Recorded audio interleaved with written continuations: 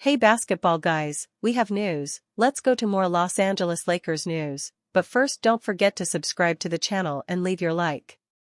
Signing a great center without having to trade Austin Reaves would be great for the Lakers. Is this possible? Keeping Austin Reaves and signing Walker Kessler would put the Lakers in a position to win the championship. Blockbuster trade suggestion: Lakers bring in Walker Kessler and give up a few picks and the promising Dalton Netsch in exchange. The Los Angeles Lakers will undoubtedly add a starting center this offseason. Since they have limited financial resources in free agency, this move will almost certainly come via the trade market. Fortunately for the Lakers, there are a few quality options expected to be on the trade block this summer. One of those is the Utah Jazz big man Walker Kessler. Kessler is entering the final season of his rookie deal and will require a long-term contract extension. The Utah Jazz are still years away from being playoff contenders and would be wise to move on from him to continue adding assets for their rebuild. This presents an excellent opportunity for the Lakers to add the 23-year-old center in the offseason. A potential trade for Kessler would require the Lakers to part ways with their 2031 first-round pick. Dalton Knecht would be needed to match the salaries, and an additional first-round pick swap could act as a sweetener for Utah to part ways with a good young center with upside. Los Angeles Lakers receive Walker Kessler. Utah Jazz receive Dalton Knecht. 2031 first-round pick. 2030 first-round pick swap. Kessler checks a few boxes for the Lakers. He could be the defensive anchor to clean up the shortcomings of the Lakers on the perimeter. Since the Lakers have Austin Reaves and Luka Doncic in the backcourt, having someone like Kessler to protect the paint behind them is crucial. He is an excellent rim protector and rebounder who has the size and length to battle with the best centers in the league. The offensive game is a work in progress for Kessler. He finds ways to be effective thanks to his offensive rebounding and finishing around the rim, but he is not the ideal pick-and-roll partner for Luka Doncic at this stage of his career. As things stand now, however, the Lakers need to add size and defense, and Kessler does both. If he can add to his offense, that would be the icing on the cake that can help catapult the Lakers into contender status. This is the same trade package the Lakers sent for Mark Williams at the trade deadline before rescinding the move. It's not difficult to imagine that this offer will be on the table for various other centers this summer. Whether it will be enough to poach Kessler from the Jazz remains to be seen. J.J. Redick's top offseason priority is painfully obvious. The Los Angeles Lakers will need their head coach to figure out a key element for the team. The Los Angeles Lakers will have a laundry list of tasks that need to get accomplished this summer. The focus has largely been on what Rob Pelinka must do during the offseason. What about J.J. Redick? The Lakers coach enjoyed a pretty successful regular season in 2024-25. Redick navigated the blockbuster trade of the century, when the Lakers acquired Luka Doncic, and managed to guide the team to a 50-win campaign, plus the third seed, in the process. However, dreams of a title quickly vanished in the 2025 NBA playoffs with an embarrassing and premature playoff exit to the Minnesota Timberwolves. The seeds of doubt started to creep in about the Lakers' new bench boss. It still feels fair to evaluate Redick's rookie season as a successful one. Despite that, it is also equally valid to believe there is a lot of work to be done heading into next season. Redick's top offseason priority will be figuring out how to get the most out of his superstar duo. Redick's offseason plan must involve maximizing Doncic-James duo. The Lakers coach managed to start off his 2024-25 by shifting his offense to one that revolved greatly around Anthony Davis. Then, Redick was forced to figure things out regarding how to fit around Doncic instead. In the process of doing so, there was one element that was missed: solving how to properly execute a successful and consistent two-man game with Doncic and LeBron James. Jovan Buha highlighted this point on a recent episode of Buha's Block. They underperformed offensively, Buha told his viewers. I can't help but feel that is partly, if not largely, on JJ and the coaching staff. The Lakers insider highlighted the inability to consistently run offense, run sets, unlock a two-man game between LeBron and Luka as issues for Redick and his group. Buha believed there were plenty of wasted opportunities in terms of the mismatches that could have been created. The reporter from The Athletic then rightly pointed out that what resulted from this, in the first-round series against the Timberwolves, was the Lakers' offense devolving into too much isolation basketball. This should be easy to recall for most. Fourth quarters, in particular, featured plenty of standing around and watching Doncic at the top trying to create. While it is not unfair to fall back on wanting your superstar point guard to lead the charge in crunch time, the lack of off-ball movement and overall offensive action was puzzling. Doncic creates plenty of gravity, shifting defenses with his offensive attack. However, that plan is far less effective when the pieces around him are not doing enough to create their own openings. James, in particular, should be one of the people that is benefiting most from Doncic's presence. Given the point in which LeBron finds himself in his career, it is the first real time when there is clearly a much bigger offensive threat on his team. With defenses being forced to focus in on Doncic as the biggest threat on the court, creating openings for James should be a focal point for easy offense. Redick will need more pick-and-rolls and offensive sets aiming to capitalize on the gift that is having his two superstars in 2025-26. Luka Doncic emphasizes on importance of role players in modern NBA. Know what you do good and do that. Los Angeles Lakers star Luka Doncic addressed a legitimate concern in a recent episode of the Mind the Game podcast. Joining LeBron James and Steve Nash, Doncic emphasized the importance of players who know their role in the modern NBA. He said, "One more important thing for guys is know your role. Know what you do good and do that. Don't do something that you're not good at. It's not going to help." Doncic addressed the high stakes with which each professional sport is played. Considering the slim margin for error, there are very drastic implications for each mistake. In the NBA, knowing your role and doing what you do best is tantamount to spelling success for your team.